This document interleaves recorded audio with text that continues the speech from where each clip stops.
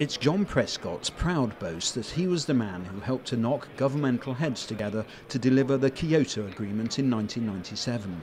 If that was his finest international hour, he proved here that he can still deliver a punch or two on the domestic front, denouncing the councillors, landowners and professional consultants who opposed wind farm applications.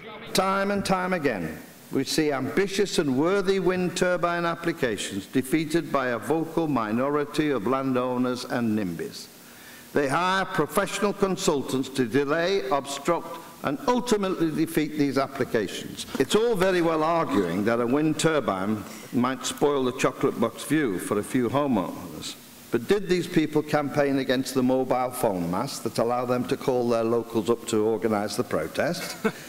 Did they moan about the pylons that bring in electricity to their hamlets to power their computers that send out emails to lobby the councils against wind farm applications? Of course they didn't. They accepted them because they were necessary and, of course, improved their quality of life.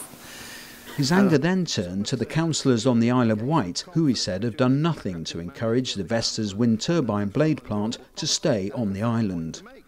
But as a stark example of this was to be seen in the Isle of Wight Planning Committee recently, which allowed the closure of a wind turbine manufacturer on an island, causing 600 redundancies. The company refused any government assistance to encourage the company to stay here and produce these wind turbines, and their argument was that the 3 applications by the local authority for wind farms had been turned down, and it has the damn cheek to call itself an eco-island. Fundamentally, ever the class warrior, Mr. Prescott argued that in the 19th century no one opposed the building of the northern textile mills, collieries, steel factories and shipyards that were the source of such wealth for the country. 200 years later, he said, it was the landed gentry opposing the means towards the next great industrial revolution. The Committee on Climate Change only said last week that we need radical action at home to meet our energy targets, proposing we build 8,000 new wind turbines.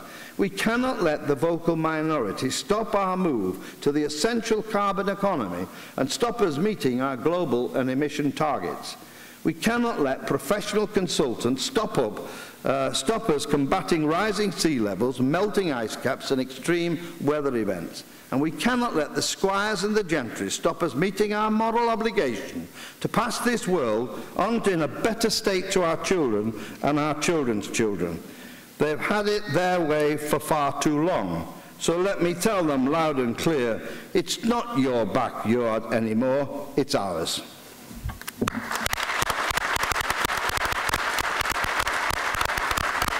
Few, if any, supporters of onshore wind farms believe that they're the sole solution to climate change. But at a time when the number of successful wind farm applications in the UK is actually falling, Mr. Prescott's tour de force will have put some wind back into their sails.